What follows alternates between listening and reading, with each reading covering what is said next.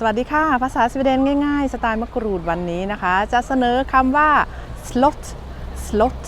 slot นะคะเป็นคำในกลุ่ม s เขาเรียกว่า s slot นะคะถ้าเจาะจงเขาเรียกว่า slottet slottet นะคะแปลว่าปราสาทนะคะหรือจะเรียกว่าราชวังก็ได้นะคะอันนี้คือ Uppsala slot Uppsala slot นะคะถ้าเข้ามาในเมืองอุปซาลาเนี่ยจะเห็นปราสาทโดดเด่นมาแต่ไกลเลยนะคะขอบคุณค่ะสวัสดีค่ะ